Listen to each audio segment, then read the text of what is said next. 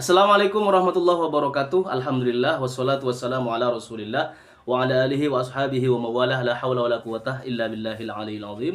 Sobat sewot yang dirahmati Allah dan disayangi Rasulullah sallallahu alaihi wasallam. Gelombang aksi reformasi jilid 2 yang kembali menggema di berbagai daerah tidak hanya memunculkan perdebatan mengenai tuntutan mahasiswa, tetapi juga memunculkan isu baru yang menyita perhatian publik. Salah satunya adalah kabar mengenai dugaan ditemukannya alat penyadap di mobil yang digunakan Ketua BEM Universitas Gadjah Mada, Tio Ardianto, Sobat Sewot. Setelah rangkaian aksi berlangsung kemarin. Ini ya? Ya, betul. Wah. Teman-teman sekalian, bisa dilihat, ini adalah alat pacak yang namanya PPX Finder. Saya tahu ini karena muncul di notifikasi ponsel saya. Kemudian tadi kita cari dan kita temukan alat pacak ini ada di bawah kendaraan. Dipasang entah oleh siapa, tapi yang jelas ini adalah satu kejadian yang sangat menjijikkan, yang menunjukkan betapa menjijikannya juga rezim yang hari sedang berkuasa. Kita yang mengkritik untuk perbaikan bangsa dengan ketulusan cinta justru dibalas dengan ancaman dan marah bahaya. Mari rekan-rekan kita pastikan bahwa semakin ditekan, semakin melawan, semakin diteror, semakin gacor, semakin diintimidasi, direpresi, maka semakin cepat hari-hari revolusi. Terima kasih Pak Prabowo. Apabila informasi tersebut benar Sobat Sewot, maka peristiwa ini tentu menjadi persoalan yang sangat serius. Dugaan pemasangan alat penyadap tanpa dasar hukum yang sah bukan sekedar menyangkut privasi seseorang Sobat Sewot, tetapi juga menyentuh prinsip negara hukum, perlindungan hak asasi manusia, serta kebebasan berpendapat yang dijamin oleh konstitusi kita. Namun demikian Sobat Sewot, hingga saat ini penting untuk membedakan antara laporan atau dugaan dengan fakta yang telah dibuktikan melalui penyidikan resmi. Belum ada putusan atau hasil investigasi yang secara terbuka menetapkan siapa pelaku, bagaimana alat tersebut dipasang, maupun motif dibalik dugaan penyadapan tersebut. Sobat Sewot yang dirahmati Allah dan disayangi Rasulullah Shallallahu Alaihi Wasallam, oleh karena itu, setiap kesimpulan mengenai pihak yang bertanggung jawab sebaiknya menunggu hasil pemeriksaan aparat yang berwenang. Terlepas benar atau tidaknya dugaan tersebut, Sobat Sewot, munculnya laporan mengenai intimidasi terhadap aktivis mahasiswa ini benar-benar semakin menjadi perhatian publik. Sebelumnya, Sobat Sewot, Tio Ardianto juga pernah menyampaikan adanya dugaan ancaman dan bentuk-bentuk intimidasi yang menurutnya berkaitan dengan aktivitas kritik yang ia lakukan selama ini. Mulai kritik terhadap MBG, Prabowo Subianto, Teddy, Seskap Negara gitu kan. Nah, laporan-laporan tersebut Sobat Sewot telah memicu berbagai respons, termasuk dorongan agar aparat mengusutnya secara transparan dan profesional. Dalam negara demokrasi Sobat Sewot, mahasiswa memiliki hak untuk menyampaikan kritik terhadap kebijakan pemerintah secara damai. Di sisi lain, negara juga memiliki kewajiban untuk menjamin keamanan setiap warga negara, termasuk aktivis mahasiswa, sekaligus mengusut setiap dugaan tindak pidana berdasarkan alat bukti yang sah. Karena itu Sobat Sewot, apabila benar ditemukan benda yang diduga sebagai alat penyadap di kendaraan Ketua BEM Universitas Gadjah Mada, proses pembuktiannya perlu dilakukan melalui pemeriksaan forensik dan penyidikan yang independen.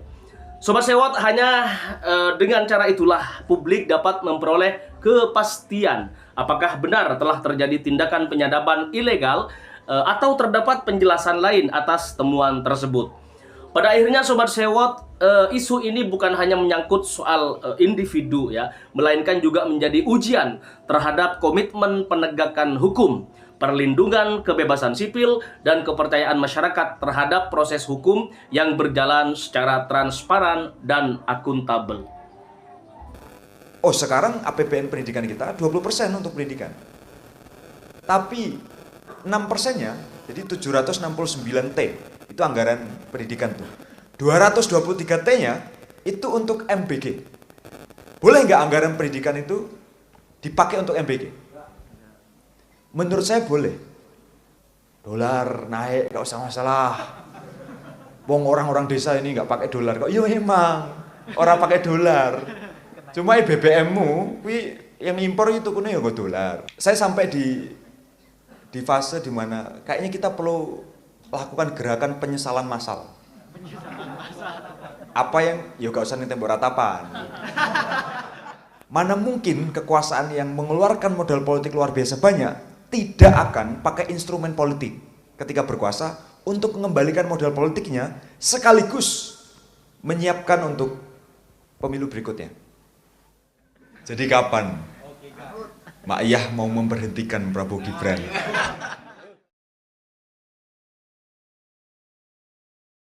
Setelah bersama Pak Busro kita belajar tentang muhasabah tadi ya, dan beliau tadi menyampaikan jangankan muhasabah ya, yang ada justru adalah apa? Kemungkaran atau kemaksiatan politik. Dan ini kita juga perlu mengingat sejalan dengan yang disampaikan Pak Busro tadi bahwa ketika Mbah Nun bersama Kiai Kanjeng hadir di masyarakat, salah satunya itu diundang dalam acara namanya Merti Deso atau apa sakliane Merti Deso ini istilahnya bersih desa dan lain-lain. Dan Mbah Nun mengatakan ya ming deso sing ana ngene iki, negara itu ndak punya konsep Merti Deso itu. Ratau diselamati. Mbah Nun juga mengatakan jane iki pemerintah atau penguasa ki nek arep ngopo-ngopo terhadap alam ki mbok taren-taren karo sing duwe alam, kan begitu. Nah, ini sejajar dengan itu tadi. Nah, artinya apa? Kelak kalau teman-teman tuh menjadi pemimpin, menjadi leader, itu bisa belajar itu, mencoba mengawali fenomena kepemimpinan dengan pendekatan yang baru, yang lebih hakiki, yang menghormati sangkan paraning dumati. Maka ini juga sekaligus pidato saya kepada Mas Tio, sok nek dadi pemimpin ya ngono kuwi. Enggak seperti itu. Nah, Mas Tio ini kita tahu sudah keliling juga ke banyak tempat ya, seiring dengan dia viral itu. Sudah terakhir ke Surabaya katanya, terus dari Kalimantan, dari berbagai tempat. Tentu saja ada banyak refleksi dari perjalanan beliau 1 tahun terakhir ini ya, kurang lebih ya, tentang bagaimana sekarang melihat Indonesia, bagaimana kalau seandainya antum sebagai generasi muda ini bicara tentang muhasabah kekinian terhadap Indonesia dan yang lain-lain gitu ya. Oke ya, wis bangun toh pengantarku. Oke, tepuk tangan buat Mas Tio Ardianto. Oke. Bismillahirrahmanirrahim. Assalamualaikum warahmatullahi wabarakatuh. Saya itu sengaja pakai pakaian begini Mas Helmi, karena ada Pak Busro Mukodas. Malah beliau rapecian loh, oke. Itulah. Saya secara kultur itu Nahdiyin. Sebelum Fatihah saya pasti kabiro. Tapi gara-gara lihat pejabat-pejabat Nahdiyin, saya jadi kepikiran ketemu Pak Busro Mukodas mau sekalian login Muhammadiyah tadi.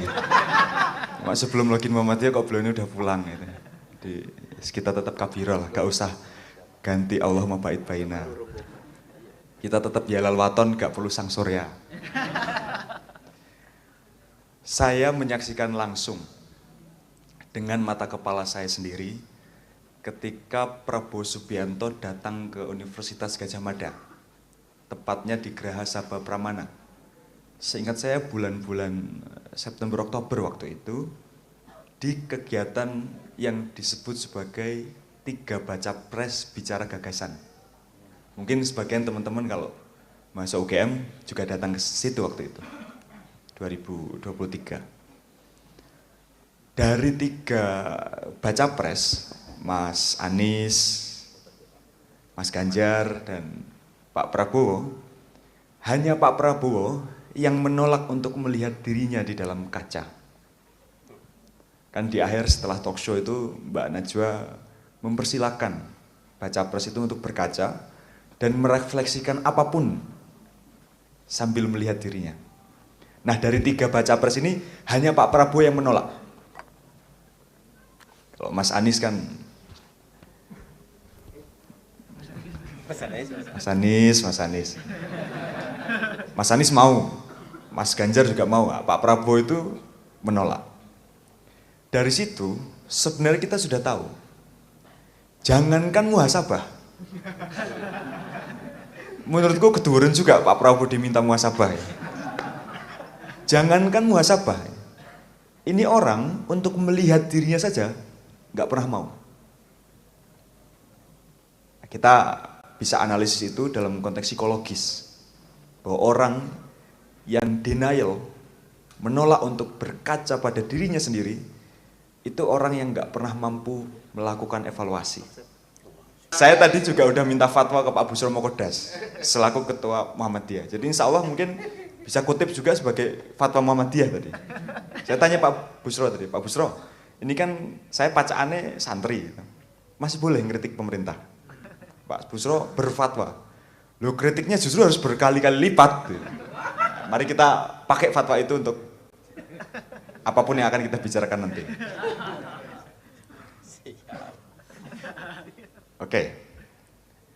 Nah, ini satu hal yang secara langsung dengan mata kepala saya saksikan tuh, bahwa orang ini memang punya keterbatasan. Jadi orang itu punya keterbatasan berarti harus kita sadari keterbatasannya. Jadi kita juga jangan nolak bahwa beliau punya keterbatasan. Nah, itu yang pertama. Yang kedua, mari kita sama-sama pakai pijakan untuk melihat beliau hari ini. Satu, pijakan pertama adalah kekuasaan hari ini untuk berkuasa saja itu rela menghalalkan segala cara, sampai mengangkangi konstitusi dan melanggar etika. Kita ingat sekali putusan MK nomor 90 tahun 2023 tuh, yang meloloskan Gibran sehingga bisa jadi calon wakil presiden. Mas Gibran. Ketika orang ada yang berani mengangkangi konstitusi, kita harus sedemikian waspada. Karena yang namanya konstitusi itu adalah kitab sucinya negara. Sehingga perasaan kita ketika melihat konstitusi diacak-acak mestinya sama dengan perasaan kita kalau Quran diinjak-injak. Maka kalau orang yang mau berkuasa saja rela menghalalkan segala cara sampai rela mengangkangi konstitusi dan melanggar etika, mana mungkin dia ketika sudah berkuasa, berkuasanya pakai etika. Itu pijakan yang pertama tuh. Bagi saya tidak mungkin ada orang yang berprasangka baik pada Prabowo Gibran. Kalaupun ada, hanya dua jenis manusianya. Pertama adalah orang yang bodoh. Yang kedua adalah orang yang turut menikmati kekuasaan Prabowo Gibran. Selain itu, nggak mungkin kita berbaik sangka. Itu pijakan kita yang pertama. Pijakan kita yang kedua adalah ini sistem pun dilakukan oleh Prabowo Gibran menggelontorkan luar biasa banyak duit untuk bisa memenangkan pemilu, baik pilpres, pilkada, pileg, apapun itu. Sekarang saya tanya, kemarin pas pilkada udah dapat serangan Fajar berapa? 10.000. Sidik banget. Berapa? Oh ini kocok 300. Pilkada rasa pilkades wih. Oke, saya yakin teman-teman di sini menolak ya. Tapi teman-teman paling tidak ada yang tahu bahwa serangan Fajar itu yang mulai dari 50.000, 100.000, 200.000. Dan bayangkan, untuk jadi, saya pakai paling bawah saja ya pilkada tuh. Bupati wali kota, untuk jadi bupati wali kota itu rata-rata uang yang harus dia keluarkan itu 50-200 miliar. Rata-rata tuh, perkiraan. Cara ngitungnya gimana? Ya dari berapa duit yang dia keluarkan, terus berapa DPT. Nah, itu kan bakal mudah untuk ngeliatin. Hanya untuk serangan Fajar. Belum untuk kampanye akbar. Belum untuk bayar buzzer. Belum untuk bayar influencer. Belum beli rekom-rekom partai. Belum. Hanya serangan Fajar saja nilainya bisa sefantastis itu. Ambillah kita yang paling bawah, 50M. Nah ini pijakan yang kedua nih. 50M itu kan modal dia. Pertanyaannya, berapa sih uang yang dia dapat secara halalan toiban ketika 5 tahun berkuasa? Ada nggak 50 M? Ya ada. Bupati wali kota itu paling 5-10 M 5 tahun tuh. Tergantung APBD-nya. Kalau kita ambil 10 miliar, maka 40 miliarnya, tadi modalnya 50 M nih, gajinya 10 M. Pertanyaannya adalah, dari mana dia akan mengembalikan modal politiknya? Kalau tidak dengan korupsi. Maka setiap kepala daerah, legislator, pemimpin politik kita hari ini, yang melalui proses demokrasi elektoral itu ngasih serangan fajar, pasti korup. Pasti. Karena secara akal sehat tidak mungkin dengan tidak korup dia bisa mengembalikan modal politiknya. Dan siapa orang yang dengan ketulusan sedekah ratusan miliar untuk jadi bupati lalu nggak dapat apa-apa? Saya ragu ada orang yang seperti itu. Tapi jangan salahkan penguasanya juga. Karena setiap rakyat yang terima serangan fajar itu sama dengan rakyat yang mengizinkan pemimpinnya korupsi. Nah, ini untuk muhasabah kita semua juga. Nah bayangkan, kalau di level kepala daerah saja demikian, gimana di level pilpres? Kalau di level kepala daerah bisa sampai ratusan miliar, nggak mungkin dong kalau pilpres itu M lagi. Pasti sudah T. Nah, ini pijakan kita yang kedua. Mana mungkin kekuasaan yang mengeluarkan modal politik luar biasa banyak tidak akan pakai instrumen politik ketika berkuasa untuk mengembalikan modal politiknya sekaligus menyiapkan untuk pemilu berikutnya. Nah, ini dua pijakan kita ya. Saya pakai studi kasus yang paling gampang. Meskipun sudah saya sampaikan di sini juga, tapi kali ini mungkin akan lebih komprehensif sedikit. Kasus yang paling gampang itu adalah MBG. Makan bergizi gratis. Sejak awal MBG ini karena apa? Mengatasi masalah apa? Stunting. Oke. Kebenaran itu kan ditentukan oleh tujuan. Nek tujuan kita Surabaya dari Jogja, kita ngarahnya ke timur, bener. Tapi kalau ngarahnya ke barat, bisa salah. Kalau tujuannya adalah stunting, mari kita uji kebenaran MBG. Dengan cara apa? Kita lihat data stunting. Data stunting itu, konco-konco, 19%. Dan dari 19% itu, tidak semua bisa diintervensi. Karena intervensi stunting itu hanya bisa dilakukan ketika orang sudah 1000 hari sejak kehamilan, ada yang menyebut juga versi 5 tahun. Kalau orang sudah SD, SMP, SMA, dikasih MBG, dia kuntet, dia pendek, ya sependek wae. Nggak gara-gara dikasih MBG lalu bisa setinggi Michael Jordan, nggak bisa. Nggak bisa. Karena memang masa-masa paling emasnya di situ, 2 tahun, 5 tahun. Tapi yang terjadi adalah yang dikasih MBG adalah semua anak-anak Indonesia. 80 juta jumlahnya, mulai dari yang belum lahir sampai yang SMA. Ini ada anak-anak SMA di sini. Mungkin ada ya. Lah anak-anak SMA itu daripada dikasih susu, kan lebih senang dikasih samsu loh. Jadi wes gak bergizi, jadi ya gak doyan juga gitu. Kalau dikasih pilihan antara susu dan samsu, lo seneng samsu. Nek samsu ya soreang.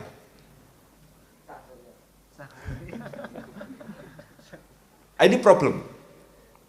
Kalau MBG beneran untuk stunting, sederhana saja. Kudune 19%, pun 19% targeted ke yang masih bisa diintervensi. Dan menurut saya MBG ini ada diskriminasinya juga pada orang-orang yang tidak beruntung untuk jadi tinggi. Lah apa pendek itu jelek? Kok sampai negara repot bikin program dengan luar biasa anggaran sebesar ini? Pendek itu nggak jelek. Pak Habibie pendek, Pak JK pendek. Punya kontribusi beliau pada negara ini. Cuma kalau untuk industri, pendek memang nggak bagus. Dan karena itulah kita disiapkan untuk punya badan yang bagus, tapi otak yang kosong. Karena negara kita akan ada invasi industri yang luar biasa, entah dari mana, iso dari Cina, iso dari Amerika, dan kita disiapkan jadi pekerjanya. Itu. Kalau MBG targeted, kudune juga ora perlu duit sebanyak ini. Sekarang itu kan anggaran MBG itu 335 triliun. 335 triliun. Yang bermasalah ini secara konstitusional, udah saya sampaikan di sini juga waktu itu, dia itu merampas anggaran pendidikan. Jadi konco-konco hari ini mahasiswa pelajar, itu ada hak panjenengan semua yang harusnya diterima tapi nggak diterima karena ada MBG. Jadi namanya anggaran pendidikan itu diperintahkan oleh konstitusi di Undang-Undang Dasar Pasal 31 bahwa sekurang-kurangnya 20% APBN itu harus untuk pendidikan. Oh, sekarang APBN pendidikan kita 20% untuk pendidikan. Tapi 6%-nya, jadi 769T, itu anggaran pendidikan tuh. 223T-nya itu untuk MBG. Boleh nggak anggaran pendidikan itu dipakai untuk MBG? Menurut saya boleh. Kalau di pendidikan udah nggak ada masalah. Kalau nggak ada lagi orang nggak kuliah gara-gara nggak punya uang. Kalau nggak ada lagi guru yang tidak sejahtera. Kalau nggak ada lagi sekolah yang hampir roboh. Silahkan tuh. Jangankan untuk MBG. Untuk korupsi yo, korupsi yo. Cuma kan masalahnya, problem pendidikan itu masih banyak. Nah ini problem pendidikan masih banyak, duitnya malah dirampok gue MBG. Yang MBG itu nggak sesuai dengan tujuannya. Nek sesuai dengan tujuannya, Mas Mbak, kui mung butuh 23T. Sekarang 335T. Kita udah hitung tuh. Nah artinya ketika antara yang dilakukan dengan tujuan itu berbeda, mungkin bukan salah, tapi bukan itu tujuannya. Nah saya harus memotret MBG tidak dalam definisi makan bergizi gratis, tapi maling berkedok gizi. Kenapa? Nah, kita coba cek mekanisme MBG itu. Bagaimana konsentrasi ekonominya itu diarahkan pada mereka yang berkuasa. MBG itu kan pakai yang namanya SPPG.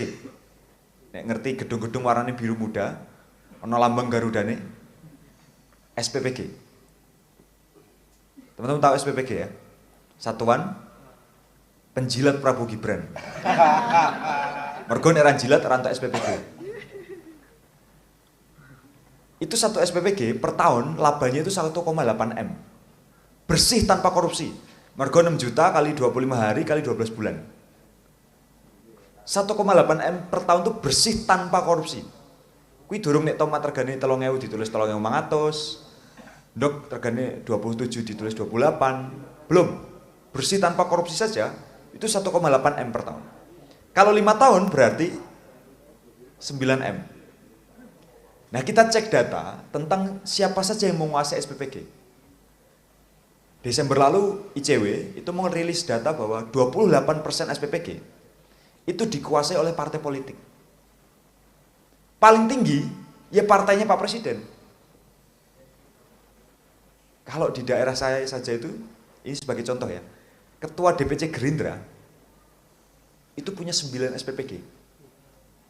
Kali kewe 9 SPPG dikali 9 M 5 tahun. Berarti berapa uang yang dia dapat ketika 2029? 81 M. Bersih tanpa korupsi. Saya ulangi lagi itu. Nah, coba kita bayangkan, kalau Pak Prabowo nyalon lagi.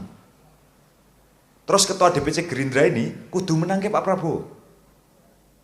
Dengan uang 81 M hasil MBG saja, ini durung KDMP belum apa 81 M nih. Beliau ngeluarkan 20 M untuk menangin Pak Prabowo. Kecil apa besar? 30 M, kecil apa besar?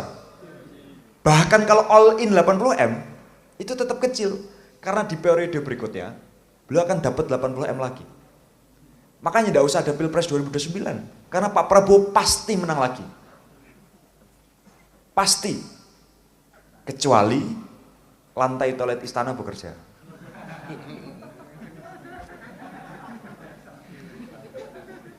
Iki amin apa ora kira-kira? Jangankan Pak Prabowo ya, ini bahkan kalau lantai toilet istana bekerja iki Gerindra nyalon ke ketek wae lho ketek. Tetap menang. Tetap menang. Ojo meneh ketek-ketek kapien, sandal wae sandal. Calon ke karo Gerindra 2009 sebagai presiden RI menang. dengan konsentrasi ekonomi yang luar biasa fantastis itu. Dan setelah partai politik itu disusul TNI Polri, disusul Ormas, ya Ormas yo kabeh lah. Baru terakhir itu UMKM, kecil tuh angkanya, nggak sampai 15%.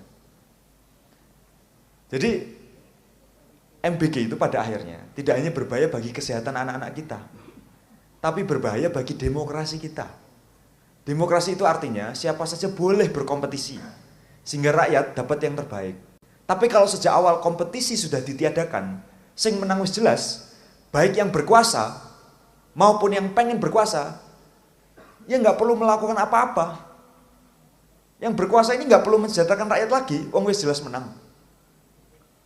Dan sing arep berkuasa, katakanlah Pak Ganjar atau Pak Anies, Pak Ganjar arep lari kaya piye yo? Pak Anies arep dakwah khotbah di banyak kampus ke piye? Tetap gak bakal menang. Bahkan Pak Ganjar Anies bersatu lawan Prabowo tetap bakal kalah. Ditambah Mama Gufron tetap bakal kalah. Askoli Mokoli. Tetap kalah. Tetap kalah. Nah, MBG berbahaya bagi demokrasi kita. Karena ketika MBG ini dibiarkan sebagai alat untuk mengkonsentrasikan ekonomi ke kalangan penguasa, maka ini sampai 30 tahun ke depan kita udah tahu siapa presidennya. Ya pasti orang-orang yang hari ini ada di kabinet aja. Wis itu aja. Ya pokoknya Prabowo, Prabowo Gibran, Gibran AHY sapa meneh gitu. Jan Etes.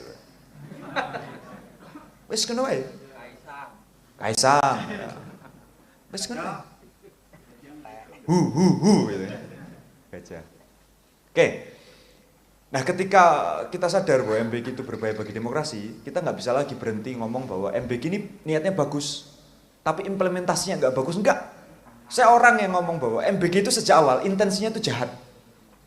Intensinya itu untuk supaya Pak Prabowo punya alat yang sah dan konstitusional untuk balik ke modal politiknya. Dan menurut saya inilah letak di mana. Makanya kemarin bulan-bulan Maret kalau tidak salah, saya ngomong bahwa presiden kita hari ini itu lebih dolim daripada Fir'aun.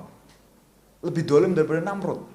Fir'aun itu sedolim-dolimnya, kedolimannya itu satria. Aku Tuhan. Itu kan dolim yang terang benderang. Gentle dolimnya. Aku dolim gitu. Ini Fir'aun kuwi. Prabowo sambil ngerampok uang kita, dia ngomong bahwa saya pengen semua anak-anak Indonesia itu tidak stunting lagi. Wes toh Pak, rasa kakek ngomong mulia, ngomong aja butuh duit. Dan saran saya ke Pak Prabowo adalah, Pak Prabowo, mbok mending ngomong ke rakyat. Jenengan iki butuh balik ke modal piro to? Wes kuwi colongan lewat APBN, ngomong 200T, 300T, ngomong. Lek-leken kuwi. Tapi rasa korupsi.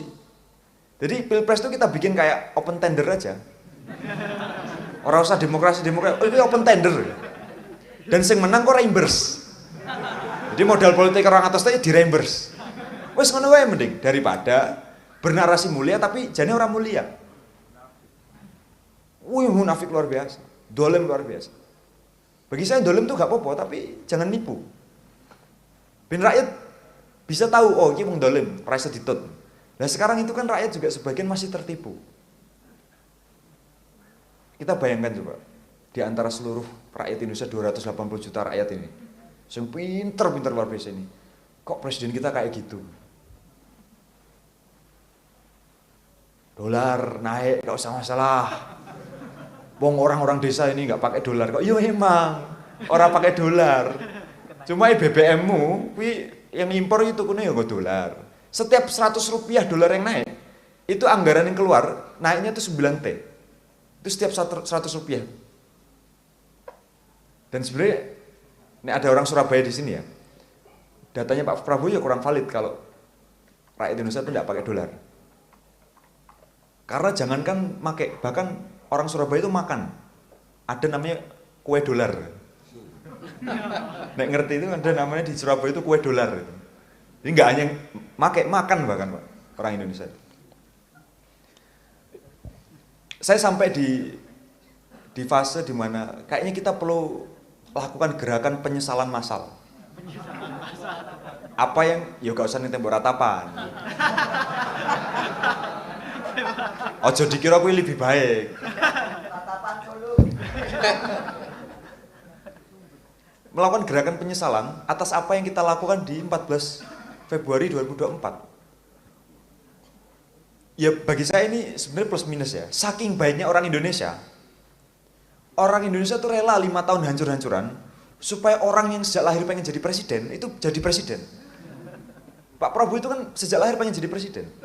Orang lahir biasa nangis, beliau lahir aku pengen jadi presiden.